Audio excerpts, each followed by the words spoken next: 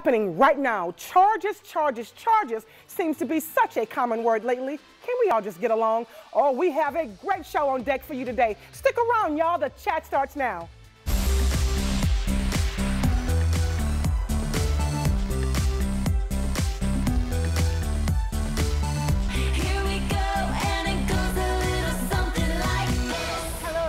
Welcome to the chat. I'm Tony Fox, Henny Angelia, and guest host, New York Times best-selling author Steve Berry joins the panel today. Hello. In a different form. Different form. You've been a guest before, but now you are sitting in the hot seat. Yes, I have to watch the whole time now and pay attention to all that. You really do. It's usually different. I sit on the sofa over there. Usually right. kind of nap a little bit. Wait a minute, you're napping during our show, Mr. Berry? Well, now you may want to rephrase that. I'm usually the last segment, and it's usually freezing in here when I'm here. Yes, that is true. It is a meat locker in the studio. Well, you warmed it up for us today. Yeah. Steve, many of your books are based on history, and something that people might not know. You were a trial lawyer for 30 years. Yes, ma'am. So you also held elective office for 14 years. So we have you here in the hot seat, as Henny said, because we want you to comment a little bit on some of our stories from that legal perspective that we think you're going to bring to the table. Literally. I'll try. The table. That was good. All right, so let's start with a call for continued bipartisanship. The Republicans and Democrats in the House of Representatives, if I can say it, will still play baseball tonight, one day after an attack on the Republican congressional team at a ballpark in Alexandria, Virginia. The team managers announced that the game is going to go on while calling for Congress to stop being so partisan. You know, it shouldn't take an incident like this to bring us together. I know in times of tragedy we have Americans do that, but Joe and I have been reflecting a lot lately just on how we can still maintain our principles and our legislative agendas, but we could do it in a more civil way. And when the leadership of this country is civil towards one another, maybe the public will start being civil towards one another too. That would be tremendous. I guess that means like you and I aren't going to be arguing so much. We'll be friends again. No, we're good with it, but so many people are not. And I hate to see this be a situation where, how like if a tragedy happens in your family and you all come together and you love each other and you're wonderful, and then time goes by and then you're back at fighting again. Of course, it hit close to home. Right. But I feel like there really needs to be serious change in this country. Absolutely. That we've got to stop this, and there has to, and I've been saying it a lot on this show. I mean, I've said that I am tired of the partisanship. I'm tired of the games. You've got to compromise. There used to be something called compromise in government. It really used to happen, and it doesn't happen anymore. And I feel like we've got to get back to that if we want to, number one, solve problems. And isn't that what we're supposed to do? Anyway, right? absolutely, I agree. I mean, you can't compromise whenever you don't step foot on someone else's property. I mean, like the Democrats were saying, the Republicans have never even stepped foot in their facility before. They've never seen it. They've never been there. So you can't compromise if you're not together and have a meeting of the minds and actually hash it out. But with that being said, and they never do that anymore. But with that being said, this is a very difficult circumstance because, I mean, like one of the representatives said, I thought he worded it the best, and it was in a funny way, but he said, we'll be there, but we'll bring a food taster, because they don't know what they're going to be expecting on the other side. So I'm hoping that they're able to come to a meeting of the minds, but I think it's going to be difficult because I think they're going to twist it and put it into gun control. It's going to be everything about gun control in a light way, but I think they are going to make sure that they put their thoughts out there on the table because they have an agenda, just like the Republicans have an agenda, just like everyone else. Okay, but that's fine. So I think it'll be interesting. I'm not saying that you don't have an agenda. Obviously, both sides do. But there used to be a situation. I mean, anyone remember? Wasn't it Clinton and Newt Gingrich who got together to come up with a I mean, people would do that in government. I feel like that it's like my way or the highway, And one side takes over the administration and then undoes everything the other one did. I feel like sometimes, did you do it because you really believe in it, or did you just do it out of spite because I want to do the opposite thing? I served in office 14 years, and politics is, to me, not a dirty word. Politics means compromise. No one gets everything that they want. No one gets 100% of what they want. The trick is to try to get as much as you can. Sure. Get as much as you can get, but you give a little to get a little. And I always did that. I had 5 commissioners, and you had to make a deal to get 2 other votes to get what you wanted, and you compromised. You gave a little here and there, and that's the problem when you dig in and say, I want it all. Well, you're not going to get it all, and then eventually something boils over to like what happened yesterday, and then hopefully it's a wake-up call now that everybody will take a look and say, come on now, let's see what we can do to hash out a middle ground. I really hope it is. An olive branch has been extended, so we'll see. Maybe the adults of Congress can come together and everyone can have a meeting of the minds. Can we all somehow, just get along, somehow, please? some way. Okay, now, so we're going to move on. A new turn in the Russian investigation this morning. The Washington Post is reporting that Special Counsel Robert Mueller is now investigating President Donald Trump for possible obstruction of justice. Now, the report states that this investigation started just days after Trump fired FBI Director James Comey. A president spokesperson says this leak is outrageous, inexcusable, and illegal. I'm going to turn it over to you, Mr. Berry. There's so much with this. Just go.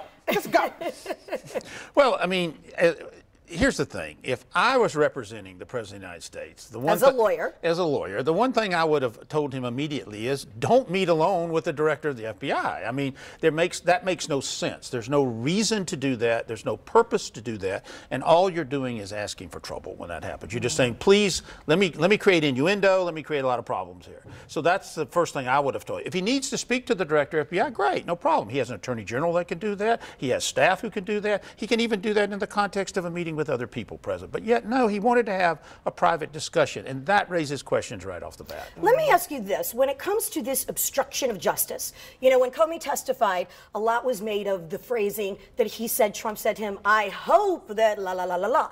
And some are saying that's obstruction of justice, blah, blah, blah. What is the legal definition of that Robert Mueller is going to be looking at as he investigates? And that's where this gets muddied up, because obstruction of justice is where you do anything to impede the effective administration of justice, but you have to intend to do it. You have to actually have the intent to do it. It can't be happenstance or as a consequence or accidental. You have to intend to do it. But do they have a way to prove that it was intentional? That's going to be the problem here, because it's he said, he said. So, you know, it's going to be difficult to prove, absolutely. Now, it depends on how the president keeps going. If he decides he wants to fire the special prosecutor, if he wants to, I mean, if I was him, I'd stop. I mean, I'd just stop, pull back, let it run its course, and let it go where it is. But he seems to want to keep interjecting himself into that process. And if he was my client, that's what I would tell him. I'd say, go be president, do what you got to do, stay out of this. So is obstruction, just out of interest, whenever you say, so say we're in the same room together and we say, I hope that you come to a conclusion on your own, or if I say, I really hope that you come to a conclusion on your own. Well, is that a difference in obstruction? Absolutely. So it's really more about tone and not exactly what you said. And Comey said that he took it to mean that the president wanted it done. Now, the president says, that's not what I intended. So it's a he said situation. There's where the problem comes. You have to intend to want to interject yourself into the process. So what were your personal thoughts on the Comey testimony? Well, some of it was a little, you know, I sympathized with him a little bit, because there he is in the room with his boss, caught in the middle. Something extraordinary is happening there. He just wants to get out. You know, how can I get out of here? And I mean, he was caught off guard, and he didn't, you know, and it. Just one of those things that I felt for him a little bit. Then it bothered me a little bit about leaking the document. I didn't, you know, why leak the document? Why not? If you're going to put the document out there, just put it out there. You know, right? Just do it yourself. Why do it? That made him look guilty. That one little thing. The rest of his testimony, I thought he was brilliant. That bothered me, I have to say. If I was him and I wanted it out, I'd just call a press conference. Here it is. Here it is. Here, put it right out there.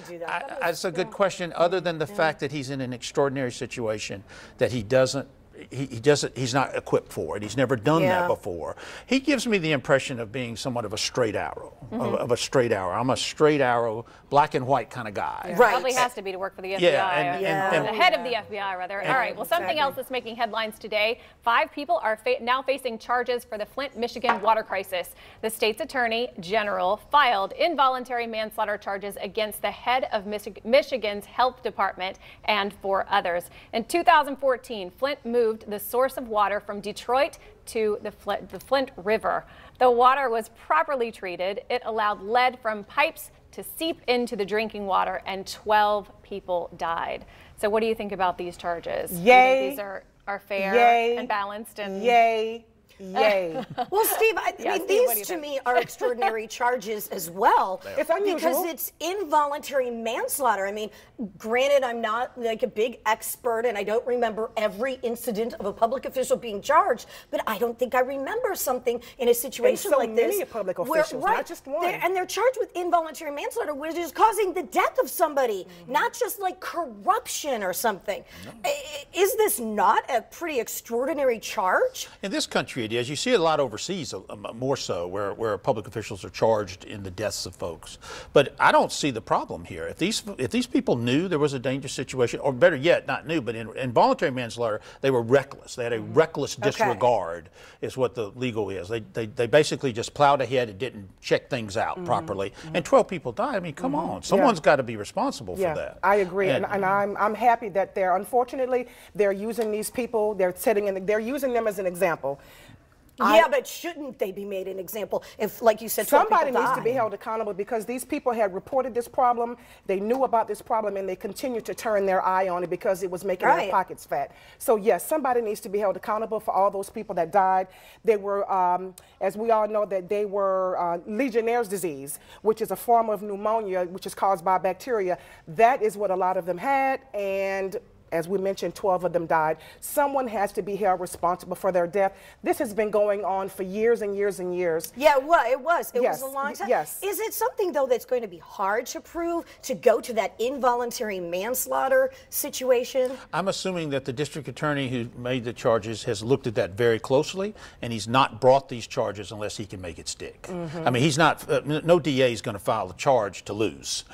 So he's had lots of time to look at this, lots of time to study it. Yeah. And they've taken a hard look, and they feel like they can make the case. And it'll be up to 12 jurors now. I mean, 12 people, 12 good citizens will be put in a room, and they will decide what will happen. Now, prior to this, there were 4 of them that were actually here. The 6 that's been charged, there they are there. Well, with manslaughter. Now, previously, 4 of them had been charged with a lesser charge, but now it's been kind of upgraded. So that tells me that there was something that was found to make them upgrade these charges to involuntary manslaughter. Well, would it be knowledge? Would it be the knowledge that this could happen? Would that more be than what would be more than that?